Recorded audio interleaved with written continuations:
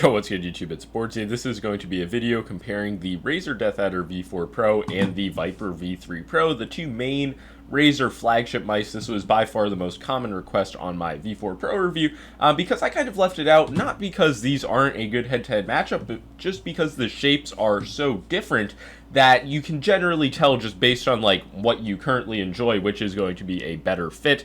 And there are some factors like the Viper V3 has been out since April of last year, so it is a bit cheaper. Again, it's basic info, but neither of these mice are small and neither of them are cheap. Therefore, the Pro, if you're looking for small and cheap, go to the Hyperspeed lineup, where they do have the Deathadder V3 Hyperspeed, a mini version of this shape for like $70. It does come with a 1K pulling dongle out of the box, but still nearly $100 cheaper. That's a good deal. They also launched the Razer Cobra Hyperspeed, which is more of a Viper Mini style shape, 62-gram wireless. Not really a great Viper V3 equivalent, but yeah, they didn't send me it, which usually means they don't think I'm going to like the mouse, which, what does that mean? But yeah, rambling aside, now let's get to the comparison. And yeah, I was getting a lot of comments asking if it was worth it to upgrade to the Deathadder V4 from the Viper V3, and that's just not how I would look at it. Even the features that I would say are objectively improved, like the optical scroll wheel and just the new sensor MCU, new dongle tech, they aren't like game-changing differences, certainly not so much so that you should like force yourself to use a shape that's not like optimal for you just to get them. Like these features have already, like the Gen 4 switches and optical scroll wheel are already on the $100 Cobra Pro, so whenever the Viper gets refreshed, you can imagine those features, maybe even a new sensor will be coming. So if you're a Viper V3 user, I would just wait it out. But yeah, if you are somebody who used the Deathadder V3 in the past, or you just have a preference for large ergos, like I said in my review, there's nothing really wrong with the V4 Pro. The click difference, Gen 3 opticals versus Gen 4, I saw a lot of negative feedback just about like the pingy sound on the Gen 4s, but I honestly like just the lightness and the feel of them for an optical, so they're very solid. And of course, Razer's quality when it comes to click-like structure is second to none. I mean, this Zen V3 Pro I've been using for a long time, and it just feels like it did day one in terms of click quality, so very good in that regard. Yeah, it's definitely the quality you expect when you pay for a premium product. There's like minimal button wobbling, structural issues. The quality on both of these is very sound, like nothing for me to report.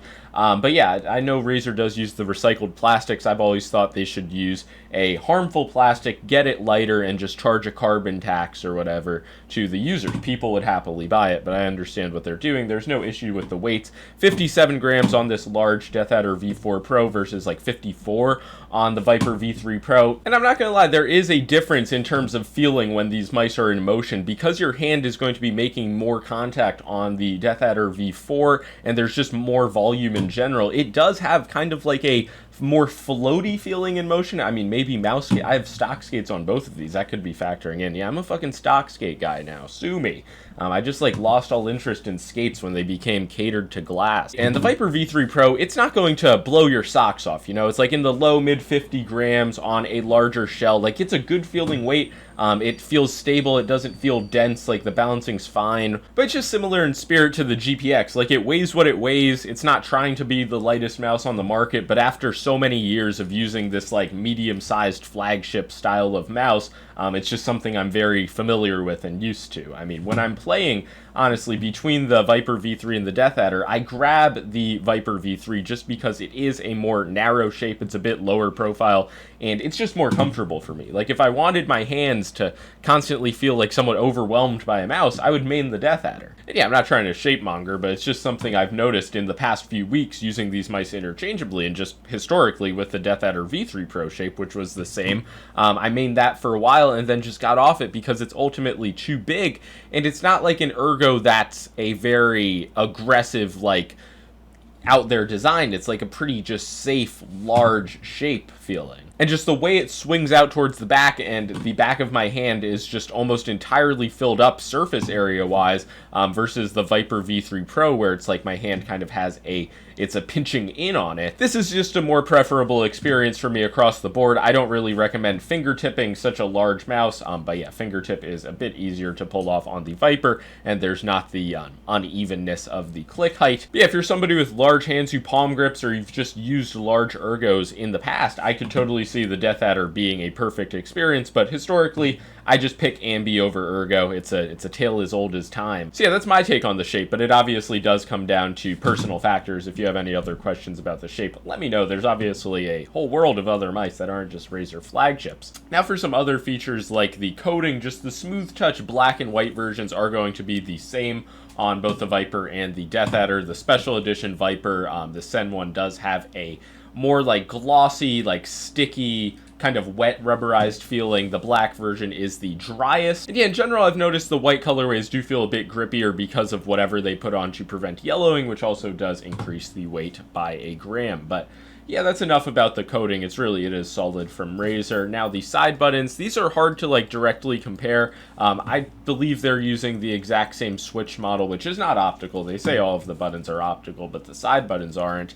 And yeah, really nothing bad to report. Like the side button positioning for how I grip the Deathadder is fine. But once again, it does just have like that big clunky feeling. And the Viper V3, I remember people were complaining about the mouse button 4 being a bit inaccessible, like being far back.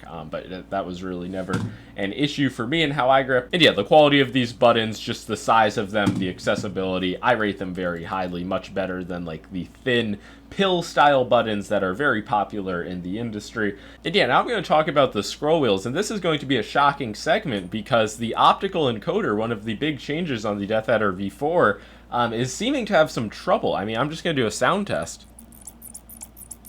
This was not happening before I started my review, and I was doing some like scroll wheel clicking, just some scrolling, you know, comparing them.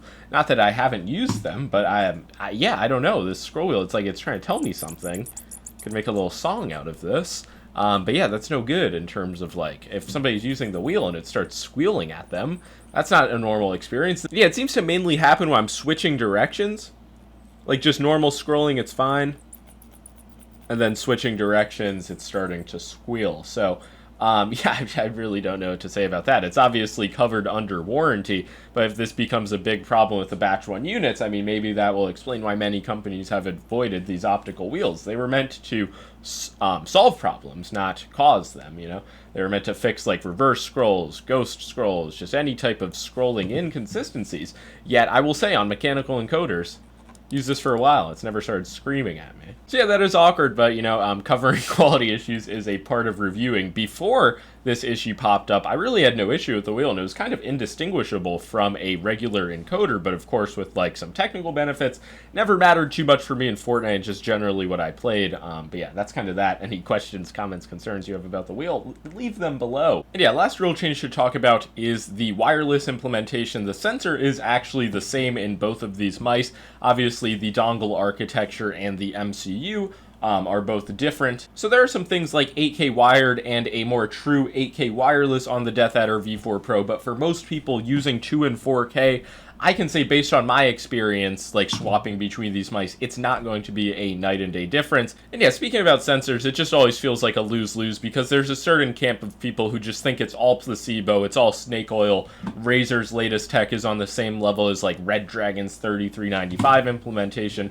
But for those of us with like good eyes, good monitors, good setups, good reactions, there's levels to sensor implementations, but Razer was already at that highest level with the Viper V3. I just can't say it feels significantly better on this newer implementation, if that makes sense. But yeah, that's not in any way a knock on this implementation. I do acknowledge that there were leaps made in technical aspects, power efficiency, but just real like user experience, I'm truly not sure if I could tell a difference between the Viper V3 Pro and the Deathadder V4 implementation in a blind test. So yeah, that just gives you an idea, but I do rate the implementation highly. The battery life is improved compared to the Viper V3 Pro. I'd say it's like 10 to 20% better because the optical wheel, which does seem to have calmed down a bit, it is much more power intensive. Okay, it's back to squealing. It is very hot and humid out today, so maybe that's factoring in. I will keep you guys updated. Razer might have me fucking send this unit back to the lab. But yeah, the last thing I'll say about the wireless is I want to think that this is a little bit better, the newer generation, as far as like just a clearer picture, like a faster response to input goes, but then I'll just swap back to the Viper V3 Pro in some instances, like just outperform what I did on the Deathadder, which makes me think that even if there is a difference just in the grand scheme of aiming experience, it's not enough to justify the purchase of the mouse on tech alone. Like, if it seems like a good fit for you, then there's a chance if you're looking to buy like a premium mouse. And my conclusion for this video, the V4 Pro is a bit more of a niche offering currently at $170. The large size, like there are plenty of ergos cheaper and smaller. There's like a sea of options. The V3 Pro, it's kind of just tried and true at this point. Like, it's been out for a while. There are no like major issues. Fresher batches are really good, and it's just a safer pick. It's still by no means cheap at $145. You can get like one of the newer ATK X1s. It's probably a decent offering at this point for around half the price. But yeah, just strictly speaking, for the main Razer flagships, I do think for myself and what I generally recommend, the Viper V3 Pro is the safer pick.